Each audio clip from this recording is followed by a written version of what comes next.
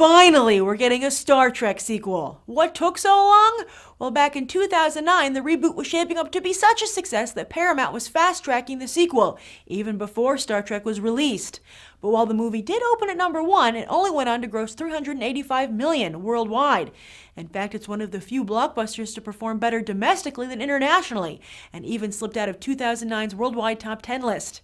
Yet Paramount still wanted to move ahead and had screenwriters Roberto Orci and Alex Kurtzman continue to work on the sequel. It was at this point, though, that the rumor mill fell silent. The reboot's fan base and even the casual fan began to wonder aloud what had happened. In 2010, Lost Damien Lindelof announced that he'd joined the writing team, which was very exciting until his Cowboys and Aliens tanked in every conceivable way. And where was J.J. Abrams during all of this? The producer-director was deciding if he wanted to just be a producer on the film, but then when Super 8 showed a disturbing downward trend in his box office stats, he opted to return to the helm. He also caved on the 3D issue, as he was originally really against it and is now only sort of against it. The compromise is that Abrams can still shoot on anamorphic film rather than digital, but will allow the studios to do a post-conversion to 3D. I don't know, Abrams. A 3D space movie seems like a no-brainer to me.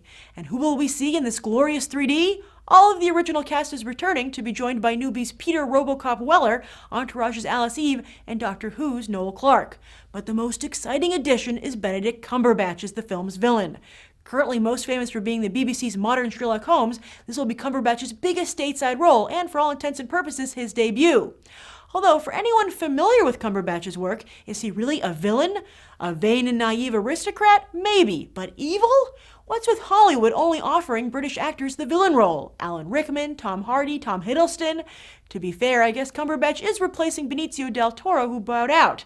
And I'm sure he'll do an amazing job in the role, assuming there really is a role, considering how little Eric Bana was given to do in the first one. But really, the villain? Cumberbatch is worthy of so much more. What do you think? Write your thoughts down below.